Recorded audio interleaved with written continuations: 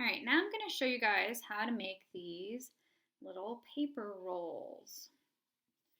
And I'm going to start with just pointing out that, okay, this frame, they're all these little squares, right? I filled the whole thing with the paper rolls. And they're all 1.5 inches so that I could do the square pattern. Okay, this one, the paper rolls are this whole length. They just have as many as it takes to fill the one side. And then they have these paper rolls that they made the length of the bottom. And these were actually stained. These inside pieces were stained a different color. They're still made out of the same material as this. That's why they're all exactly the same color. And then if you covered your picture frame, you really can decorate this however you want. You don't have to have the rolls take up the entire frame.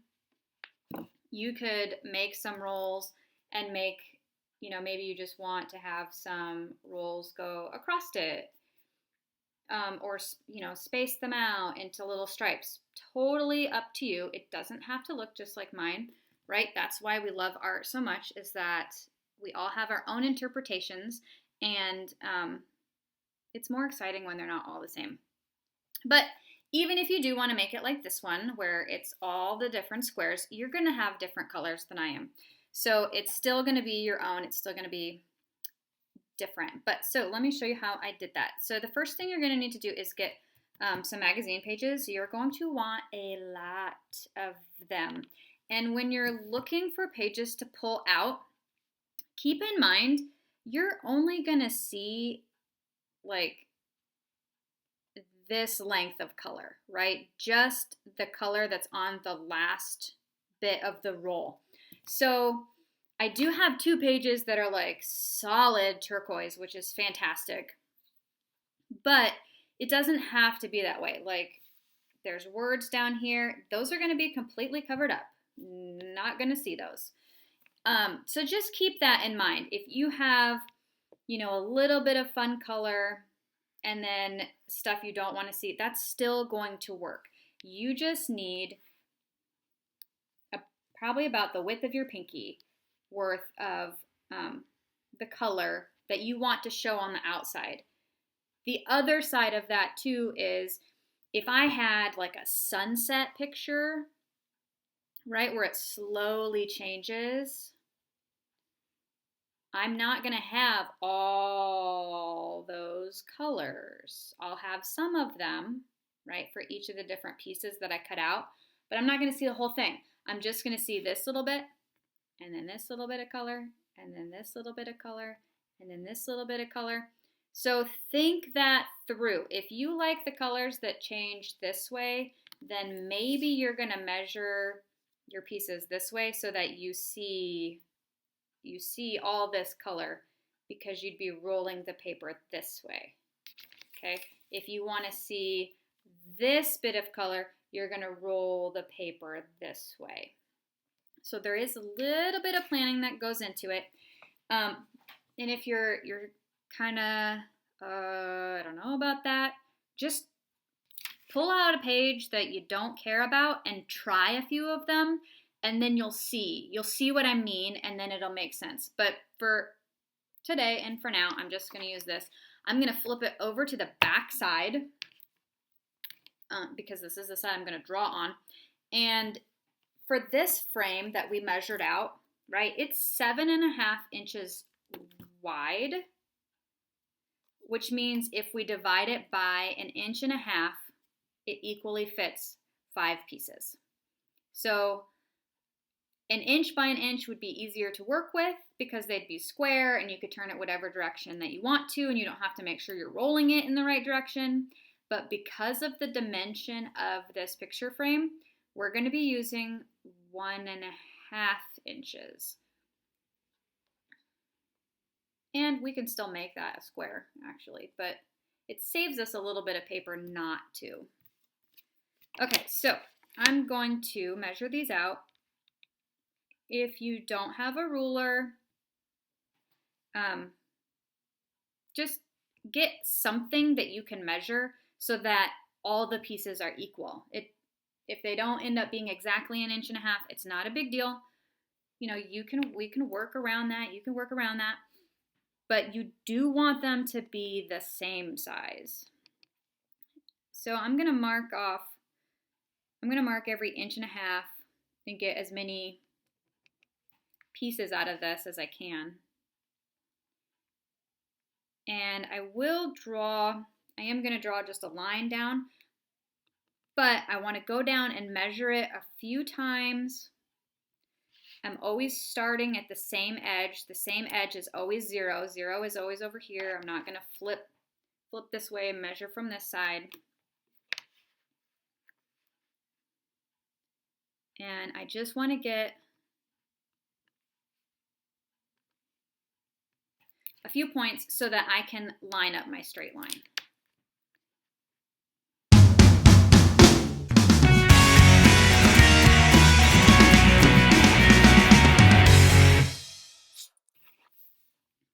All right, so I have my rows. This is how wide each of my pieces are going to be. And then I'm only going to, let's try 1 inch. I'm going to try it and cut it at 1 inch and see how that works first. I think they were only 1 inch, but 1.5 inches might be a better bet after all. I don't know. Let's try it out.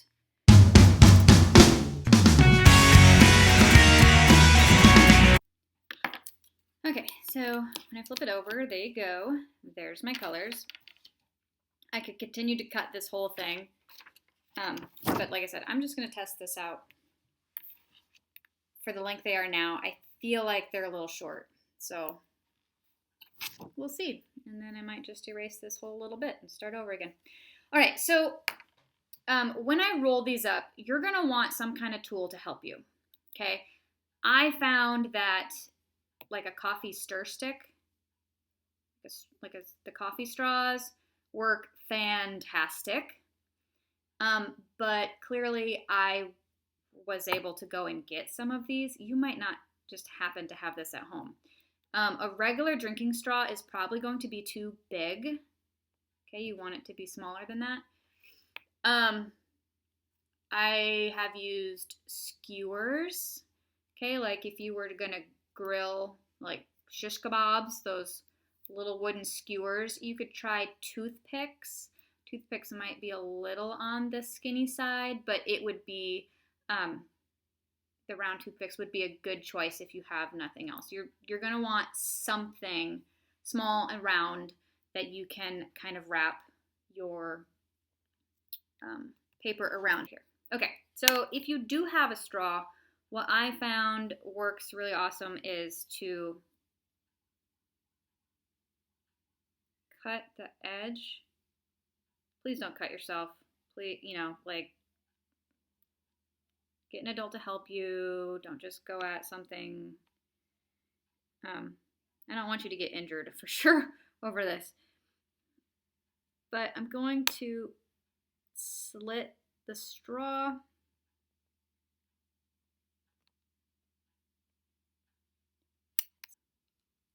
Okay, so I have the slit in there. I'm going to slide my papers in here. And I want the side that I don't want to see. The side that I don't want to see is going inside the straw. Then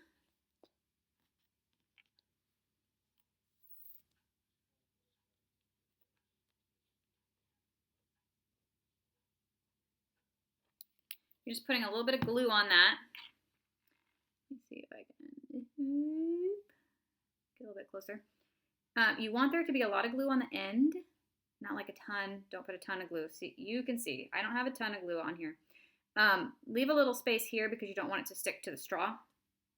In fact, mine's probably too close. And then you just spin it around that came right out. here I am talking about how it's so easy to do with this little slit in the straw, but it slid right out.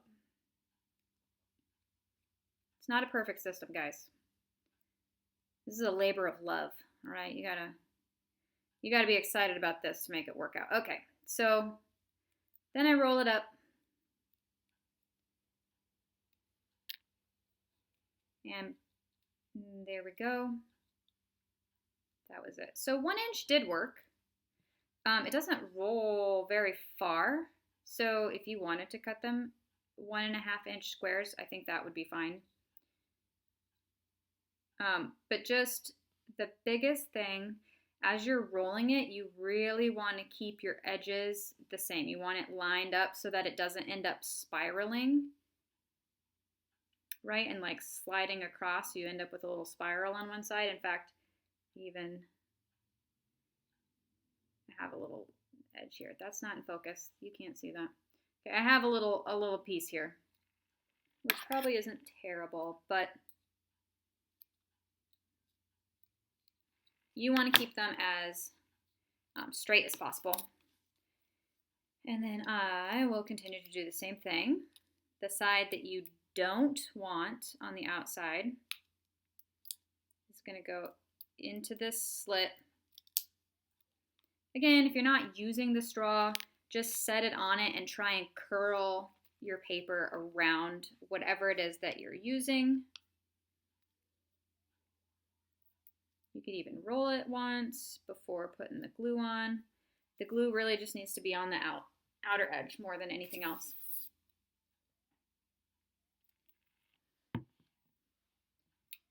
And this again is going to work much better if you have tacky glue than Elmer's glue because it'll dry a little bit faster. So just heads up on that. You want to hold this.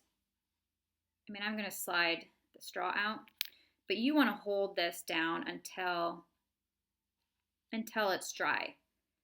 Okay, if it's not quite dry and you set it down, it's gonna unpeel. And then you just have to be careful not to crush them.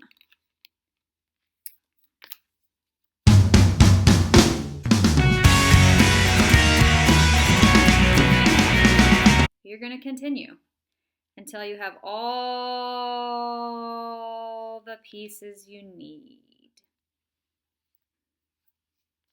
So let's see.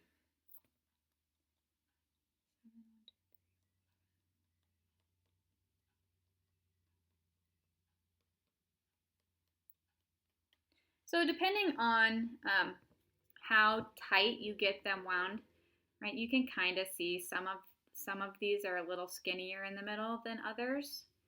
Okay, but they're all pretty close to the same width in the end. That's your goal. You want them to end up being all about the same. If you look on the bottom here, okay, some of my littles, right? My littles had struggled a little more with this, so their pieces are a little bigger. Okay, and they ended up only having 6 here instead of the 7 or 8. So just kind of keep that in mind. This is, if you're making it, you should be able to keep them all consistent because 3 different people were making pieces for this. They weren't all exactly consistent, but they, as you can see, they totally worked out. So as far as like how many you're going to need, 14. I had 14 sections. For this, I had 14 sections, which had 7 or 8 apiece. Okay, but remember, if you're doing something like this, right, where you want to do a long one, you're not going to need as many pieces. Okay, you're not going to make 14 times 7. I don't know, that's a big number. That's a big number.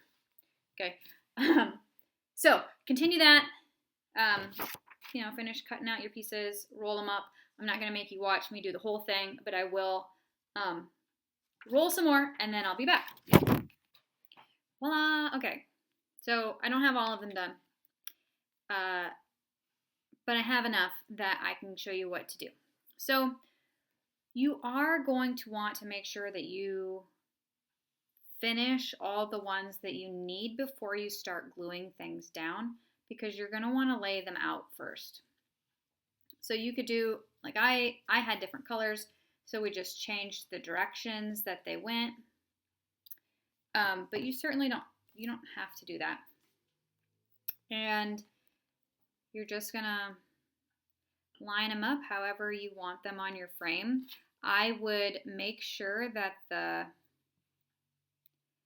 edge is on the bottom. You don't want to see that in your picture frame. You don't want to see that afterwards. That should be on this side that's glued down. And you are going to want to make sure that any of your pieces that you have, kind of make sure that the ones that are about the same size are all together. Try and keep that as consistent as possible, and that they change as gradual as possible. They're not all going to be perfect. Okay, some of them might be a little bit longer, some of them might be a little shorter, some of them might be a little skinnier. But if you can kind of group them together, it's going to help it to look the best. So you could just line them all the same direction. Okay, or turn at the corner. You don't have to do the whole thing. Maybe you want yours to be spread apart and go around. When you start doing these, guys, you're going to realize just how long it takes to do all these rolls. And it is super awesome in the end. So if you have the patience for it, that's great. Keep in mind too, you don't have to do it all in the same sitting. You can do some, take a break, do some, take a break, or if you're in the jam listening to some music and you're just working away, go for it. But just remember, not everything has to be done in one sitting. And, kind of decide what you want and then go from there. You could even add other things on top of it too. Maybe you want to add some beads to it, or some other, pictures or things like that. And then all you're going to do is you're just going to put a little piece of glue under each piece and try and keep it stable until all of that is done. And that's it.